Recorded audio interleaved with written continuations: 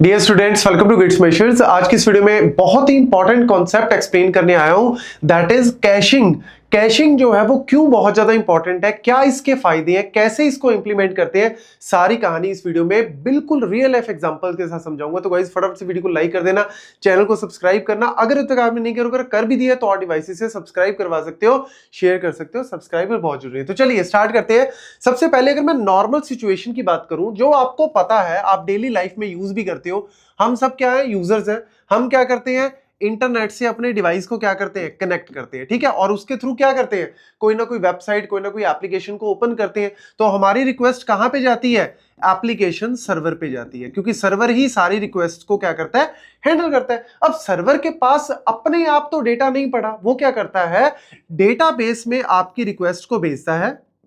जैसे एग्जांपल के तौर पे आपने फेसबुक पे अपनी प्रोफाइल को एक्सेस करना है या इंस्टाग्राम पे अपनी प्रोफाइल को एक्सेस करना है, तो आपकी रिक्वेस्ट गई उनके सर्वर के पास। सर्वर ने डेटाबेस से क्या किया, आपकी प्रोफाइल को एक्सेस किया और वो एक्सेस करके आपको दे दिया। ये सिंपल प्रोसेस है। अब होता क्या है, जब मैं स्केलेबल करता हूं, मतलब अपनी सिस्टम को स्केलेबल करता हूं, हजारों लाखों करोड़ों यूजर्स जब मेरी साइट को एक्सेस करते हैं, तो होता क्या है, डेटाबेस पे आप बहुत ज्यादा लोड डाल रहे हो। और सबसे इंपॉर्टेंट बात क्या है कि ये जो डेटाबेस होता है, ये क्या होता है जी, परमानेंट।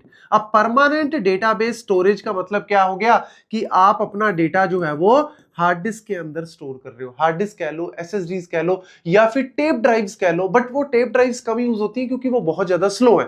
बट अगर मैं हार्ड डिस्क भी लगा के चलूं, तो हार्ड डिस्क में भी आपका डेटा जो है वो, मान के चलो माइक्रो सेकंड्स में डेटा जो है वो 10⁻³ इतना टाइम फिर भी लेता है to give you back the data, ठीक है। मतलब इतना टाइम जो है वो एक्सेस टाइम में लगता है। अब हुआ क्या कि इस चीज को थोड़ा सा इंप्रूव करने के लिए कि भैया इतने लोग एक्सेस कर रहे हैं, पैरेलली एक्सेस कर रहे हैं, तो यार मैं डेटा जल्दी प्रोवाइड करना चाहता हूं, मैं उनका एक्सेस टाइम कम करना चाहता हूं, रिस्पांस टाइम बढ़ाना चाहता हूं, ताकि उनको जल्दी से जल्दी रिस्पांस मिले। मतलब कम करना चाहते हैं हम एक्सेस टाइम को। तो होगा क्या कि यूजर सेम वही है, यूजर एप्लीकेशन सर्वर पे जाएगा, एप्लीकेशन सर्वर से आपकी रिक्वेस्ट डायरेक्ट डेटाबेस पे नहीं जाएगी। यहां पे हमने क्या लगा दिया जी, रेडिस कैशे लगा दिया। रेडिस मतलब रेडिश कह लो, या यहां पे जो है वो मैम कैश करके भी यूज होता है। ये क्या होती है, इन मेमोरी सिस्टम्स होती हैं, इन मेमोरी डेटाबेस सिस्टम होते हैं। इन मेमोरी का मतलब है ये पूरा का पूरा डेटा कहां पे स्टोर करके रखते हैं, रैम के अंदर।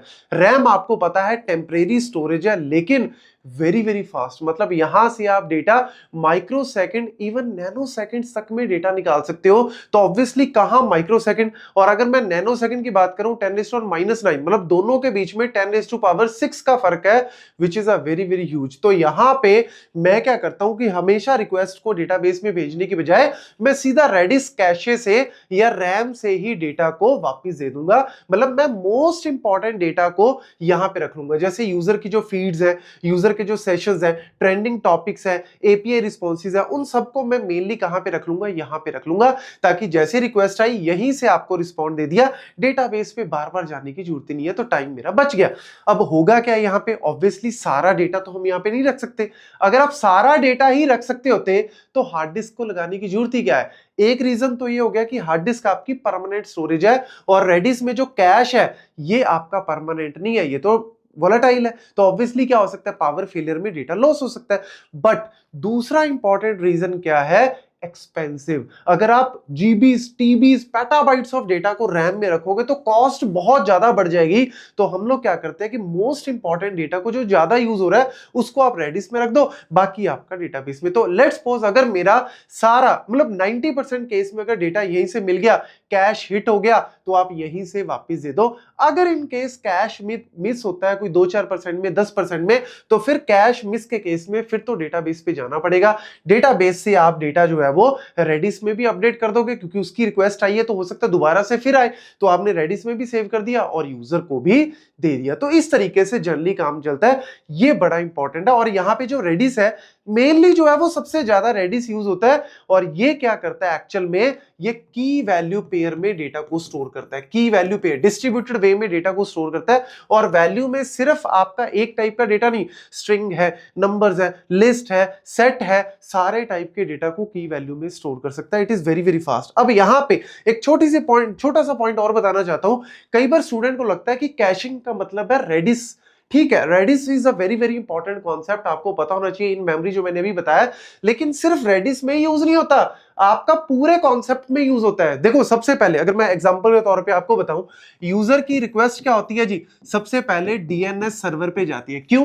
क्योंकि डीएनएस से आपको क्या मिलता है, आईपी एड्रेस। आपने डोमेन नेम डाला, आईपी मिल गया, तो आपका जो आईएसपी होता है या गूगल के जो पब्लिक सर्वर्स हैं वो क्या करते हैं, आपके जो डोमेन नेम्स को जो ज्यादा एक्सेस कर रहे हो वो कैश में रख लेते हैं, वहीं से आपको आईपी दे देंगे। आपकी रिक्वेस्ट हर बार रूट सर्वर पे नहीं जाएगी, दूर नहीं जाएगी।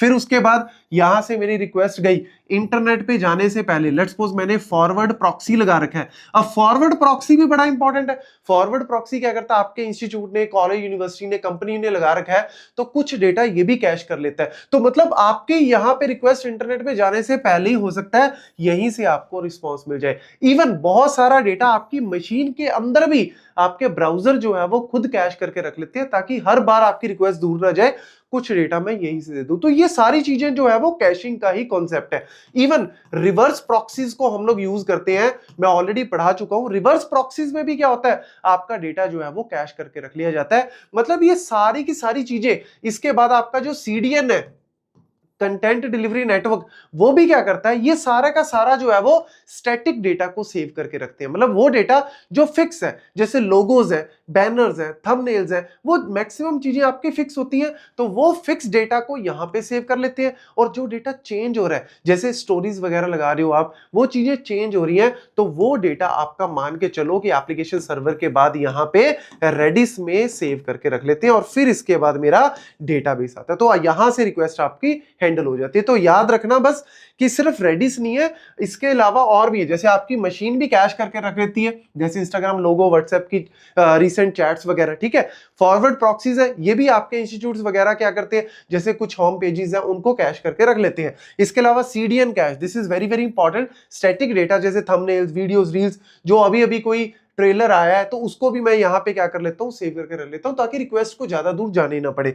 फिर रिवर्स प्रॉक्सीज भी, जैसे एचटीटीपी रिस्पॉन्सेज है, वेब पेजेस है, एपीए, इनको भी क्या करके रख लेते हैं, कैश करके रखते हैं। और ये तो मेन आपका 90% तो ये इंपॉर्टेंट है ही, जो यूजर की फीड डायनामिक डेटा को क्या करके रखता है, कैश करके रखता है। और फिर उसके बाद डेटाबेस, इवन डेटाबेस में भी कई बार क्या होता है कि कुछ क्वेरीज ऐसी हैं जो मिलियंस ऑफ यूजर्स से डेटा को एक्सेस कर, मतलब मेरे पास मिलियंस ऑफ रोज है, उनमें से मैं कुछ डेटा एक्सेस कर रहा हूं, तो हर बार मिलियन रोज को क्यों एक्सेस करना, मैं उसके रिस्पॉन्स को भी हो सकता है डेटाबेस में कैश करके रख लूं। और डीएनएस का मैं ऑलरेडी बता चुका हूं कि कुछ इंपॉर्टेंट आईपीज को हम कैश कर लेते हैं।